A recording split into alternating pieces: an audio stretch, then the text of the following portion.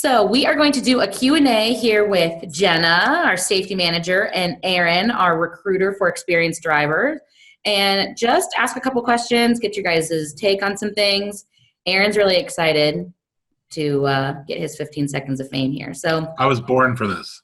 Born for it. There you go. I've got a face and a personality made for the bright lights. And if there's any lags in audio or video, just kind of bear with us. We're all working off of Wi-Fi. So I'd like to start off by saying thank you for the invitation to your podcast.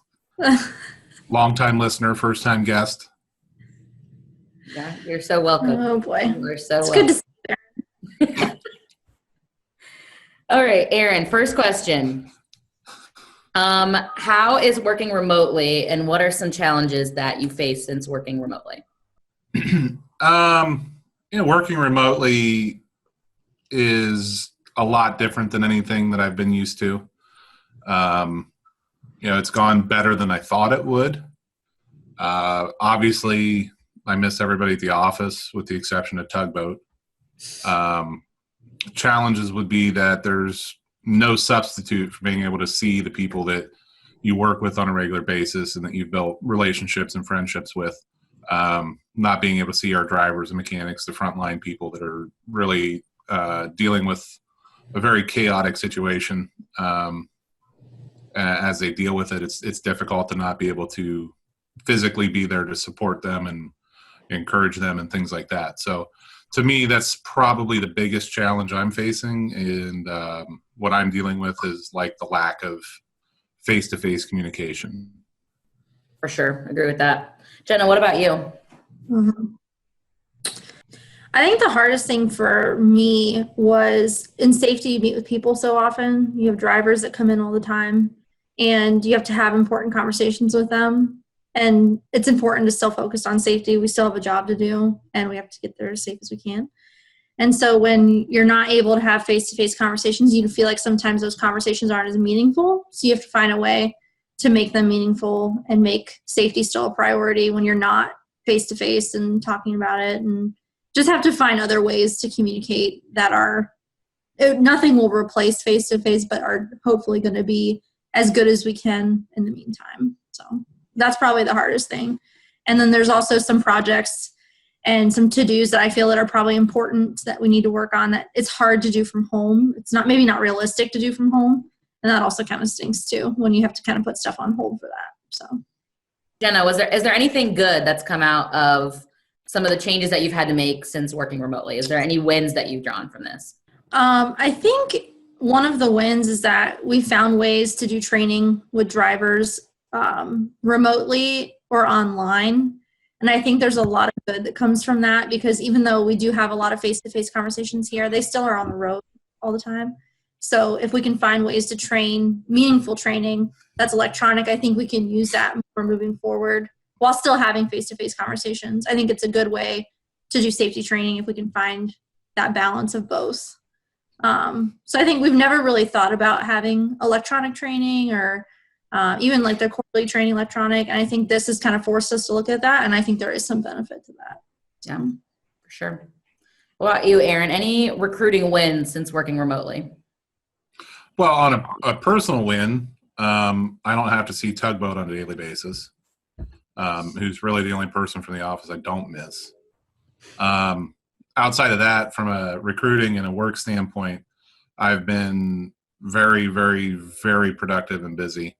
I'm having good, meaningful conversations on a daily basis with people who aren't fortunate to be in a business like we are, who's supplying frontline needs to eastern half of the United States. So people see that and they want to be a part of it. And, I feel like the quality of conversation has changed over the last few weeks, 6 weeks, whatever it's been.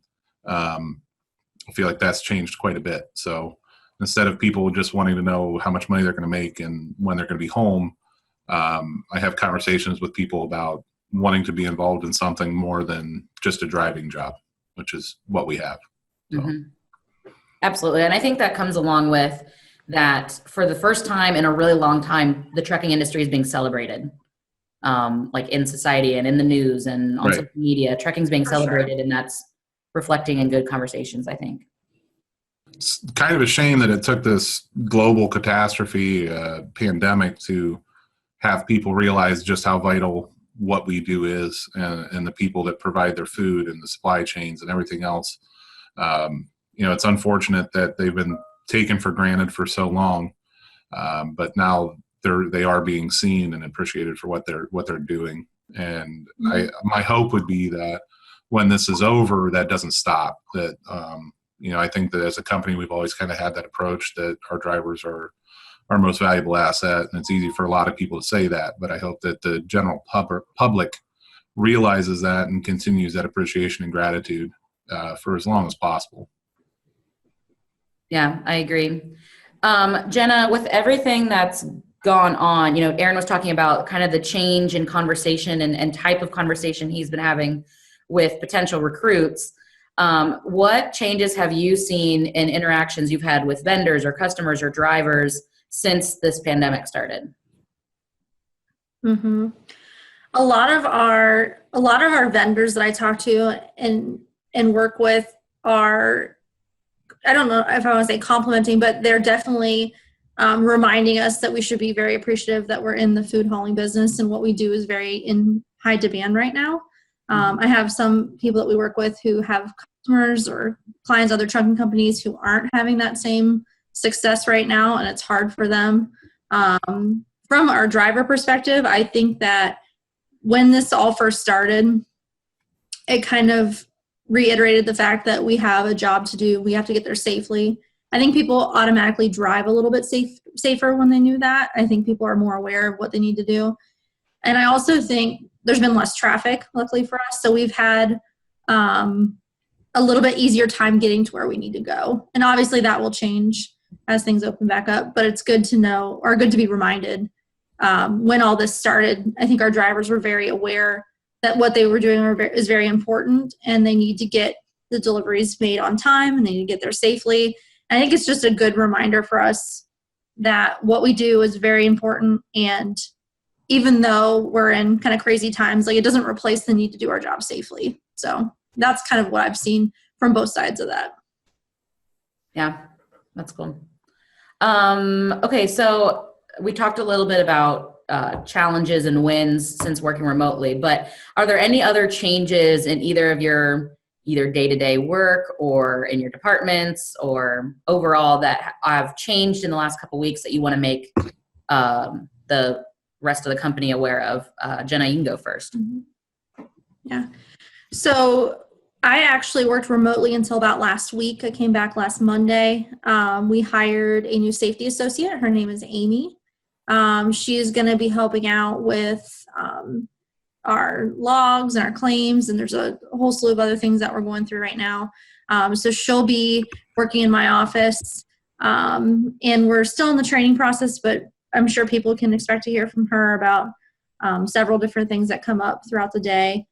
She'll also be helping out. So obviously in September, I'll be going on maternity leave. So I'm going to be leaving for a little bit. So she'll also be helping out during that time, and will be hopefully the main contact for our safety department. So we need to make sure people get to know her. It's hard though, because she started and there's nobody really on site, and we're not really seeing drivers. So it's hard for her to know who is who, or who belongs with what. So it's kind of weird to introduce someone to people and not really see their face or not get to know them. So we're working through that. I was going to say, maybe I should do a Q&A with like her and some of the other people that have started in recent months, just so they can put a face. Yeah. I think that's happening with a couple different people that we've hired, for sure. Can I ask that you don't do a Q&A with Tugboat? Noted. That Talk is about noted boring, down. huh? She's writing it down. She's Just no personality there. You can ask Q&As at your table and it'd be more interesting. Okay, one of our last questions here. What are you looking forward to most when things are open back up and quarantine and the stay-at-home orders are kind of gone? What are you looking forward to the most? Aaron, you're up first. On a personal level, I'm looking forward to being able to go out and do things. You're kind of homebound now. And the highlight of your week that you get most dressed up for is to go to the grocery store and you got to wear a mask and things like that. So, that's been difficult. There's not much of a separation of work and home life and things like that. So that's a little bit weird. I'm looking forward to getting out of that when this breaks. Also looking forward to being able to make fun of Tugboat to his face. And then, from a work standpoint, I'm looking forward to getting back to a sense of normal, or however that looks moving forward once this ends. Sure. What about you, Jenna? I think the biggest thing for me is like we travel a lot. So I had 3 trips planned between March and June, and obviously couldn't go on any of those. So I'm ready to be able to travel again and need to be at a beach at some point in my life. So would love to do that. I'm happy to be back at work right now, but it is very weird that nobody's here other than just a few of us. So I don't really know what normal looks like moving forward either, but it'll be nice to see drivers again in our office, and it'll be nice to see people every day instead of videoing works for now. But of course it is kind of hard to meet and be able to have good conversations remotely. I think we're doing good. I think it's hard to adjust to, but definitely looking forward to seeing people back here again. All right. Anything else that you want to share before we sign off, Aaron? I don't like Tugboat still. Mm-hmm. That hasn't changed. All right. Jenna, anything else to add? I don't have anything. I do like Tugboat. I don't make fun of him as much as Aaron does. You say you didn't like him? You're on my team? All right. Oh, Aaron. I miss you, Aaron. All right. Everybody does. That's part of the problem of being as awesome as I am, is everybody puts you on this incredibly high pedestal, and they just love to be around me. Oh, boy. Yeah, you just took the words right out of my mouth. Mm. I know. I have that effect. Leave people speechless, right? That's it. That's the ticket. All right. Well, thank you guys for your time. I appreciate it.